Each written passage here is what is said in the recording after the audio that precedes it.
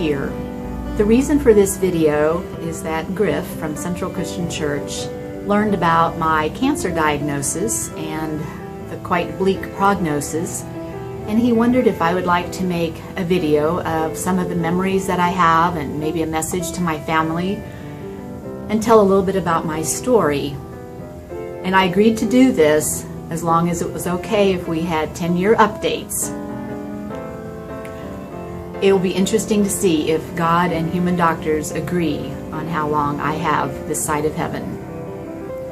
It all started in July when I had intense itching over my entire body. Not one part was spared, including under my toenails. I went to the doctor, they did some lab work, and that led to more tests and exploratory surgery in September, and it was determined at that time that I had inoperable cholangiocarcinoma. The simple name for that is bile duct cancer. The doctors told me that I would never be cured of this, that the purpose of treatment would be to try to keep it from progressing as quickly as it would otherwise. When I asked what the prognosis was, the oncologist was a bit reticent to tell me, but she said, "Since you asked, I will tell you." She said, 6 months without treatment and about a year with treatment. Well, that got my attention. I never asked God why. I just asked him, what now? What am I supposed to do now? I questioned whether or not I should have treatment. If all our days are numbered, what difference does it make whether I do this or I don't do that? So I talked to my family practice doctor, who said, well, let me tell you this. He said, if one of your daughters had appendicitis, would you just say, their days are numbered, you don't need to do anything? And he said, of course not. So I talked it over with my family, and we decided that this would be the best course of action for me at this time. So essentially, I'm just doing the next, what appears to be logical step. All the while, I'm trusting God to work a miracle, and I have been totally overwhelmed by the hundreds of prayers being offered on my behalf. They're claiming miracles for me, and I am too. There will be a miracle happen. I just don't know if it's going to be this side of heaven or the other side, but I'm okay with that. I'm thankful every night that I got to live that day, and I'm thankful every morning that I was granted a new day. And that's how I'm going to choose to live my life. My daughters asked me, do I want to do something special for this Christmas? And I said, no, I don't want to do anything more special than ever. I just want us to get together and be thankful that we had this Christmas to spend together. Well, during all of the reflection, I have been thinking about life since I began to have a memory, as well as all before. I have a lot of genealogy books that date back to the 1800s. And I found my name in all of them, looked at the generations, both my mom's side and my dad's side. And it occurred to me right then and there that it doesn't matter if my name is in these books. What matters is if my name is in the book of life, in God's book. And it is. I can assure you that it is. Okay, well, that brings me to this next point. You know, I'm a math teacher. I've been a math teacher for about 40 years. And what have we been doing? We have been trying to find X all that time. And this time of year, I'm filming this on December the 11th, 2014. Christmas. Sometimes they shorten it to Xmas. Well, I kind of like that for the purpose of what I'm about to say. Xmas. I want all of you to find X. I want you to solve for X.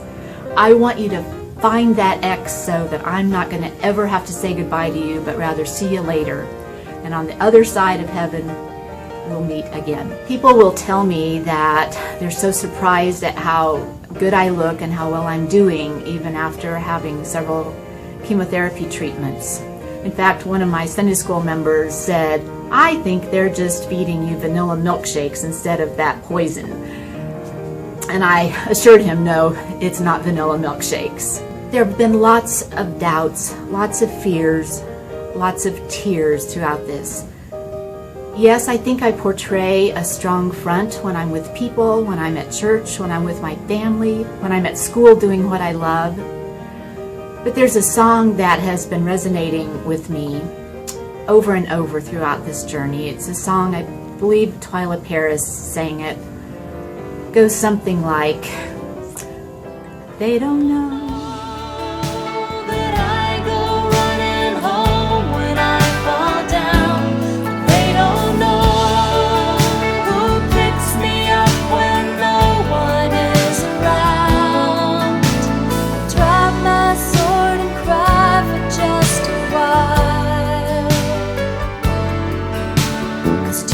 inside this armor, the warrior is a child.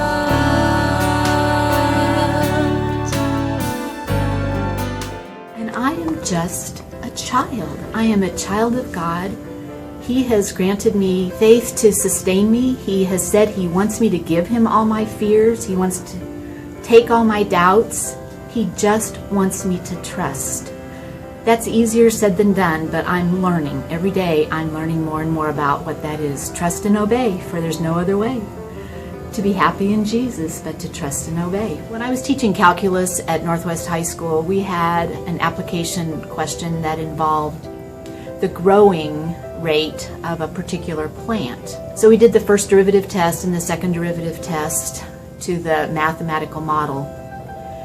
And lo and behold, it turned out that this plant grew the fastest at midnight, the darkest time of the day. And there have been times during this journey that have been really dark, but I can say that that's also when I have grown the most. So I don't regret what has happened. He's sovereign. He knows what's going on, and my job is to trust Him. I have to say that throughout this whole cancer journey, the people who have blessed me has been overwhelming. The cards that I get, the people who have given me blankets, prayer shawls, they brought meals, they come sit with me at cancer treatments, they make phone calls, they help my children, they'll take care of their children so that my girls can come stay with me or come chat with me if we want to have some adult conversation. There's not one thing that is left unappreciated by me. I regret that I don't have enough hours or energy in the day to respond to every single card, every single kindness that has been bestowed upon me.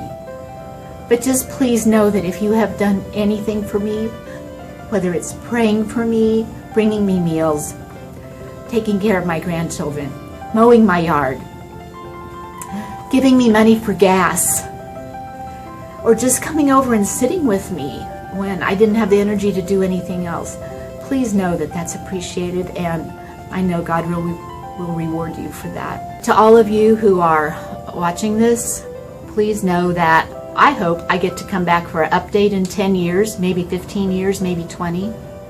But regardless, however much time I have this side of heaven, please know that I love you.